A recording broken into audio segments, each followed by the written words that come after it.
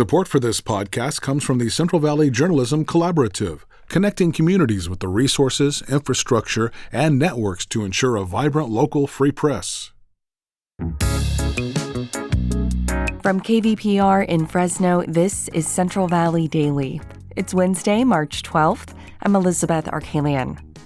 Coming up, as college athletes showcase their talent on the field and in arenas, many of them don't see a dime for their efforts. Universities make billions of dollars across the country on their teams, but historically, the college athletes themselves can't profit off of that. That's now changing. We will learn about NIL deals and how they're now enabling athletes to profit off their work. But first, these headlines. Health officials have identified a measles case in the San Joaquin Valley. The patient lives in Fresno County, but may have exposed residents in Madera County.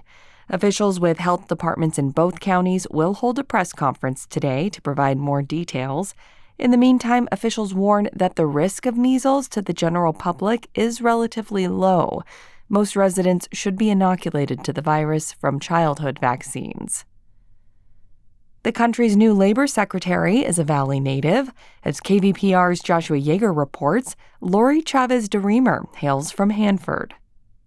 The Senate confirmed Chavez-DeRemer to the post on Monday. The Republican graduated from Fresno State, then represented a congressional district in northwestern Oregon, before landing in Trump's cabinet this week. Here she is speaking at her confirmation hearing. To rebuild confidence and strengthen our workforce, we must invest in educational pathways beyond the traditional four-year degree, ensuring that every American worker has access to the skills and training for long-term success. Part of that effort requires honest discussion about our labor policies.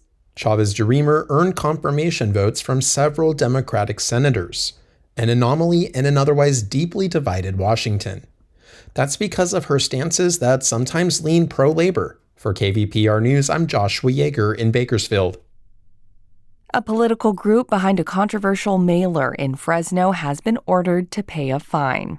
Fresno City Attorney Andrew Jans says the organization known as Fresno Future Forward must pay $1,000 to the city.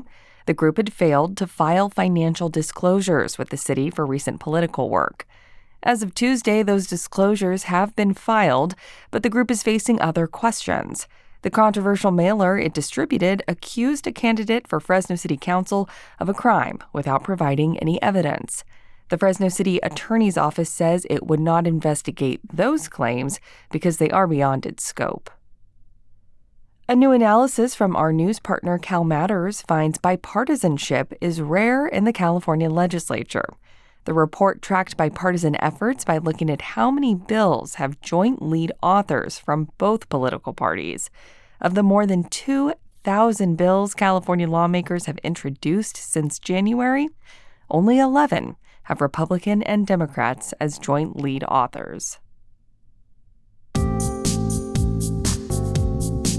Support for Central Valley Daily comes from the members of KVPR. Join at $8 or more per month and access ad-free NPR podcasts through NPR Plus. Give now at kvpr.org/donate. And now to our main story. The landscape of college sports is changing, and that is largely because a ton of money is now flowing directly to student athletes. A recent investigation by CalMatters is giving a first look into just how much these college students are making through brand deals. In 2021, the state of California passed a law permitting athletes to make money on their name, image, and likeness, or NIL. Adam Echelman is a higher education reporter for our California newsroom partner, CalMatters. He recently found that Fresno State is among the top schools taking advantage of these new deals, with its Division I athletes collectively raking in upwards of $1.8 million since 2021. This type of data is a bit spotty, though, since not all schools have to report their findings, and athletes are not penalized for not reporting income. To give us a better idea of the current state of play, if you will, Adam joined me for a conversation and starts by painting us a current picture of the college sports landscape. College sports is a big business. Universities make billions of dollars across the country on their teams. Often that money comes through deals with TV stations, ticket sales, but historically, the college athletes themselves can't profit off of that. And so a few years ago, California legislators put forward this law that allows college athletes to make name, image, and likeness deals. It's really just a fancy word for brand deals or for sponsorship deals. So imagine an athlete, wants to get sponsored by Nike. Nike could give them some money, and in exchange, that student could appear in a commercial, or they could post on their Instagram or TikTok about Nike. Okay, and in your recent report, you gave people a look at how much some of these public university students in particular are making off these NIL deals. What did you find? There's a lot of interesting findings.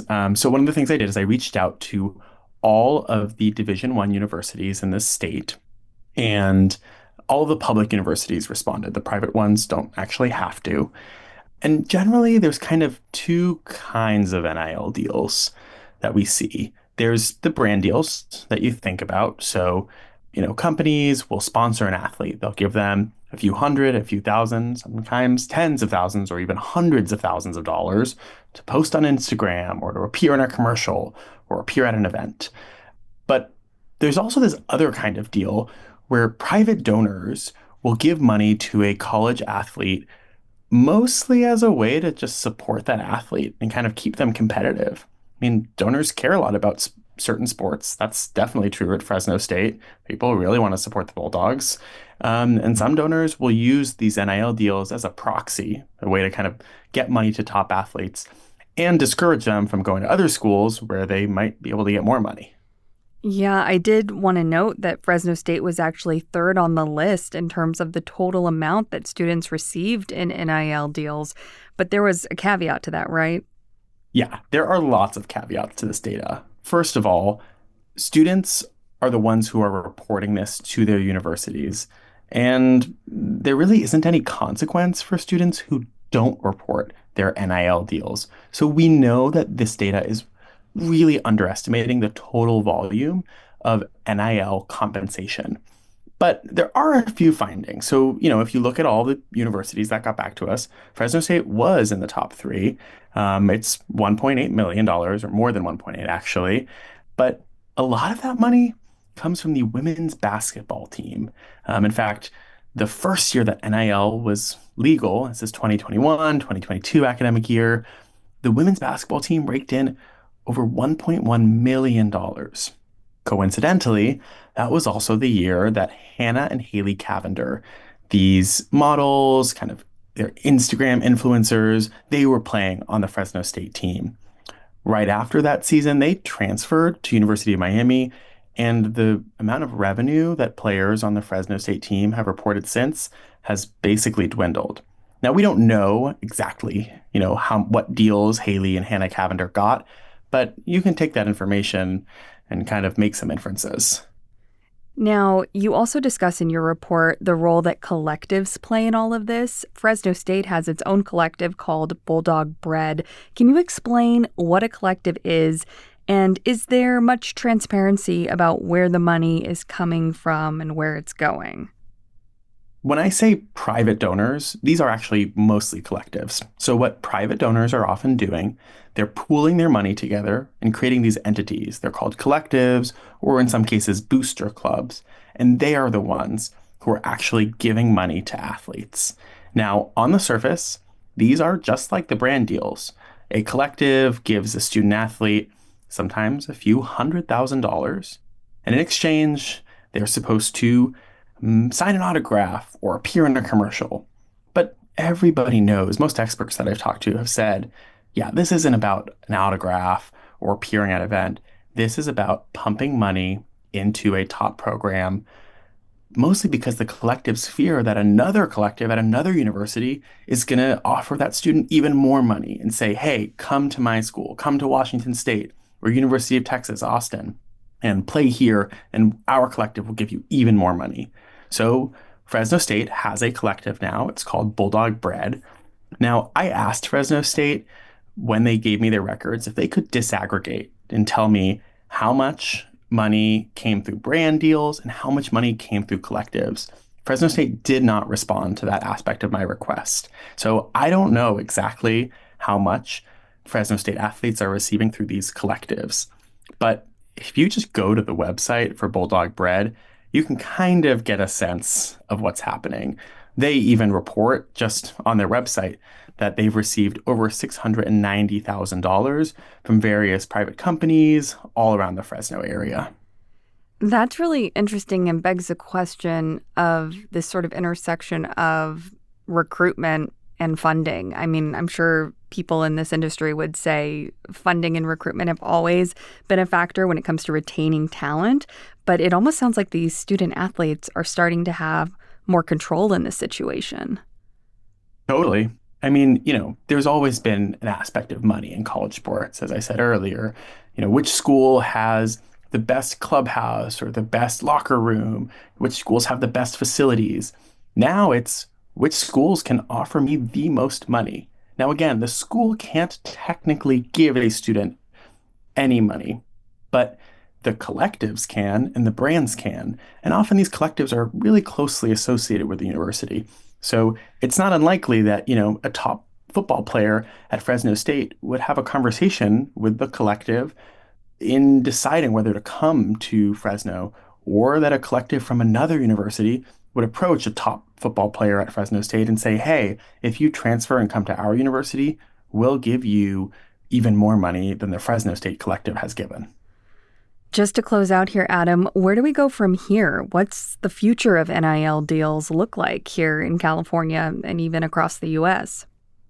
A lot of people I talk to say college sports these days is like the Wild West or some sort of gold rush. Money is just pouring in, and the laws are changing really, really quickly. So this whole NIL or name, image, and likeness thing started in 2021. And, as I reported, there's already been millions of dollars poured into college athletics in California. It's all going to keep changing. There's a big lawsuit right now that could even allow universities to start paying athletes directly.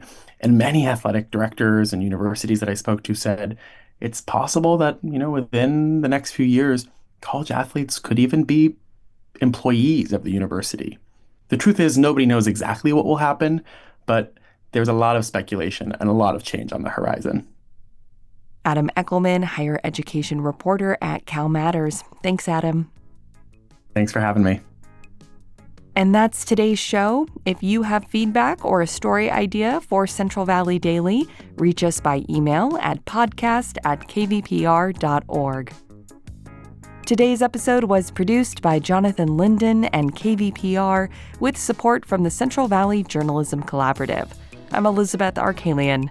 Find the latest local news anytime at kvpr.org.